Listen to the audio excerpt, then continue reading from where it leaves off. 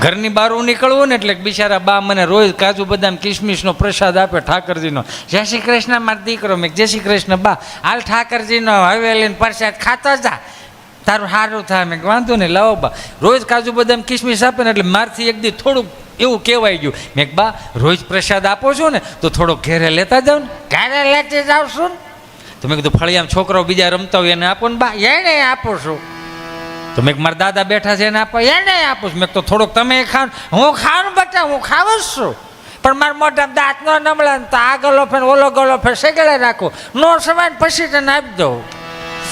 ભલે મારો દીકરો ખાય. અને માનું એઠું ખાધું છે ને એનું એને જ કંઈક આવડ્યું છે. માનું એઠું ખાધું છે એને જ કંઈક આવડ્યું. છી ગંદુ છે કરીને મૂકી દીધું ને એના દાખલા નથી. જો કેવી બા, તમે જોવો તો ખરા, કેવી કોઠા હોય વાળી બા. તમને કહું, શાળામાં મધ્યમ તડકામાં મીઠા તડકામાં આવી રીતે પગની આંટી ચડાવે, પગના અંગૂઠે ઘોડિયાની દોરી હોય, આમાં હિસકાવતી જતી હોય, પગ ચાલુ જોઈજો, પગ ચાલુ છે, ભેગા હાથે ચાલુ છે, માથાના વાળની ઘૂસ કાઢતી જાય, પાછળ ઘૂસ કાઢતી જાય ને વાંધો નહીં, પછી મોઢું ચાલુ છે. શાર વવારું હોય ને તો શારને કહે જા તારે ત્યાં કડભાઈ ત્યાં જાય છે, 5 રૂપિયા પગ લખાવજે, આપણે ત્યાં દહીં તૂટીને જ જા, તું મોટી તું જાય હો, આવું કે આપણને.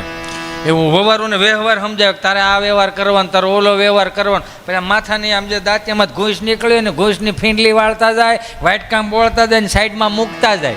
મેં વળી પૂછ્યું, મેં બા જય શ્રી કૃષ્ણ, જય શ્રી કૃષ્ણ. મને કંઈ સમજાણું નહીં. આ કાળું પાણી હેનું? મને કે વાળ કાળા કરવાનું.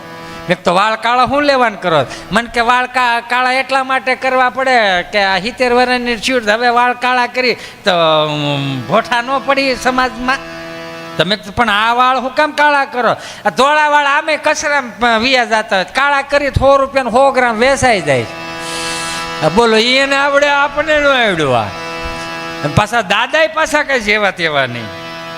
તેલીના ખાનામાં હાહુઓ બે રોટલી ઘડતી હતી ને, એમાં કોક કુટુંબની અજાણી બાઈ નીકળી કે જય શ્રી કૃષ્ણ મોટબા, કે જય શ્રી કૃષ્ણ. આ હાહુઓ બે રોટલા ઘડો છો, મહેમાન છે કાંઈ? કે ના ના, તાર દાદા એકલા ખાય. બોલો બેનેથી ફૂગવા ન દે.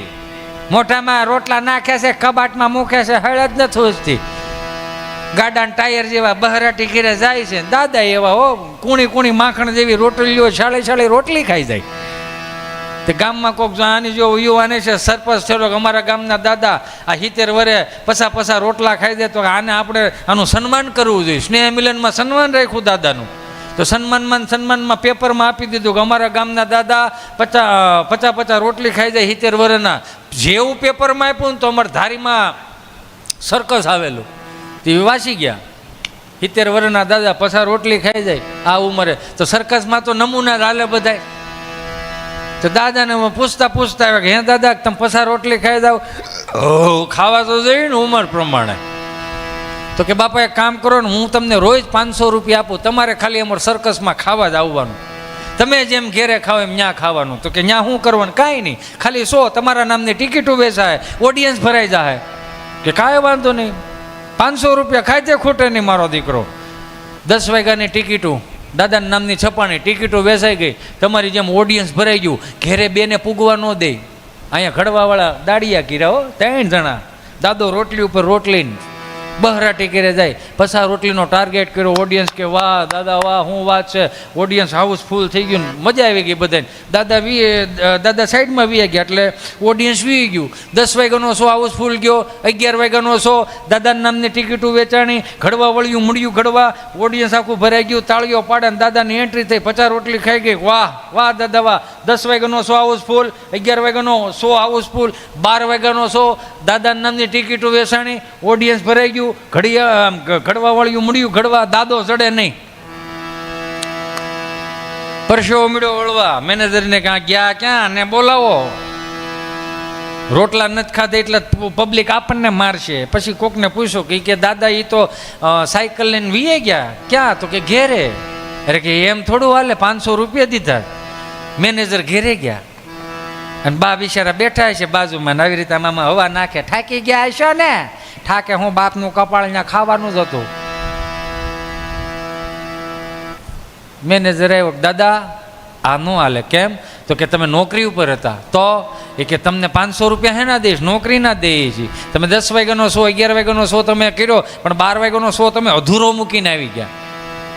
પછી દાદાએ કીધું, હે ભાઈ અમારે આખો દી નોકરો જ કરવાનો, ઘેરે ખાવાય નહીં આવવાનું. બોલો ઈ કેવાય છે? અને ઈ પાછા કોઠા ઉજવાળા હતા. હમણાં બે ભાઈઓ બેઠા હતા ને, 2 ભાઈઓ બેઠા હતા.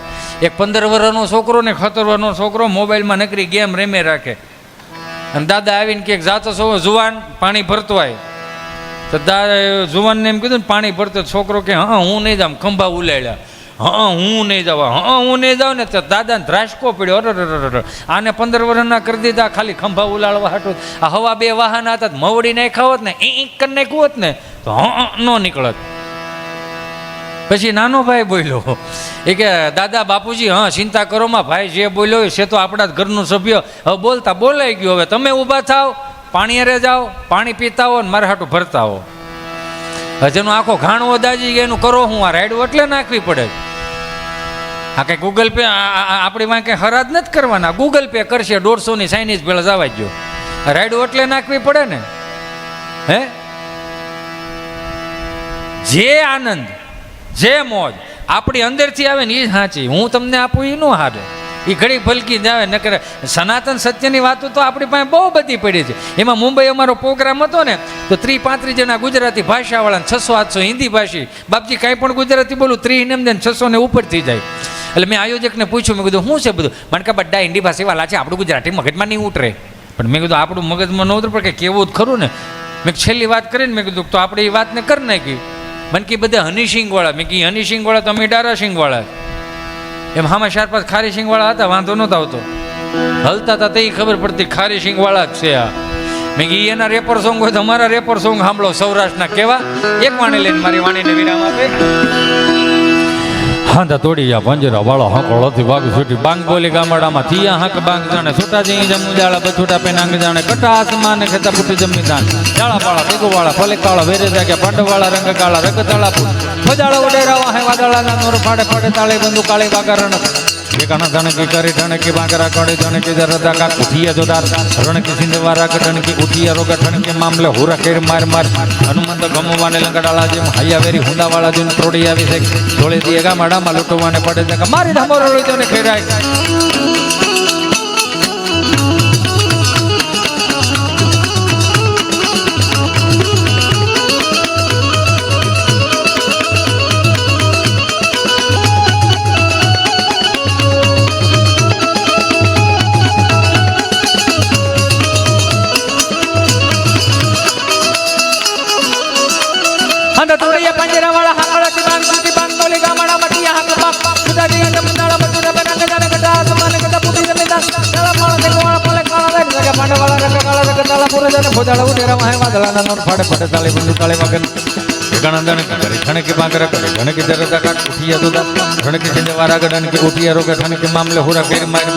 હનુમંત ગમવાને લંગડાળા જેમ હૈયા વેરી હુંદાવાળા જોને તોડી આવી છે ઢોળે દે ગામડામાં લૂંટવાને પડે મારી ધામોરળી જોને ખેરાય.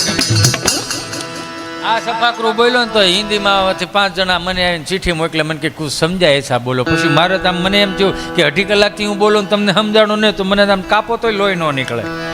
પછી મેં કીધું છેલ્લે હનુમાનજી મહારાજના રૌદ્ર સ્વરૂપનું વર્ણન આપું પછી તમને જો મજા આવે. એનું કાયમિકને માટે કહું 2 હાથ જોડીને કે આપણી બાએ આપણને હાવ અંગૂઠા છાપ બા એને આકાશના દર્શનમાં એવું શીખવાડ્યું જો આને ધ્રુવનો તારો કહેવાય અને રોહિણી કહેવાય અને સપ્તર્ષિ કહેવાય અને વિછુડો કહેવાય અને હવારમાં કરાગ્રે વસ્તે લક્ષ્મી કરુમલે સરસ્વતી કરમતે તો ગોવિંદમ પ્રભાતે કર દર્શનથી મારીને તમારી શુભ પ્રભાત મને તમને દેખાડી. તો આજને યુવાનોને હાથ જોડીને પ્રાર્થના કરું હનુમાન ચાલીસાના પાઠ કરો. તમારું મગજ શાંત ન રહે તો વિષ્ણુ સહસ્ત્ર નામના પાઠ કરો, શિવ રુદ્રીના પાઠ કરો, હનુમાન ચાલીસાના રૌદ્ર સ્વરૂપનું.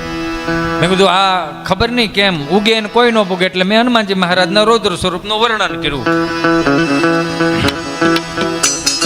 જય કપિ કરાલમાનંદ જોર કપિ સમન ચંદ છવિ બલ કિશોર વિદ્યલનાય પ્રભુ લઈ લલાટ લાલ પ્રગટ યંદની ઉર ઉકાટ મુકુમૃત કાય રૂપ કુંજ માલ બબકાય તાજ રૂપ તિલક ભાલ બલ કાંદ જો કાંડા બરોણ કળ દુત જય બ્રહ્મરણ કરોડ દિલા ધરણ દટી મટક દોટ કટી કમર ગન અંતરત કોટ લંકાલ અધમત લટાર કળ કલલ કલે દલ કસ કટ દિજ્જ પટુક તરુ ધરત છે ઓકાર હા કડમત જય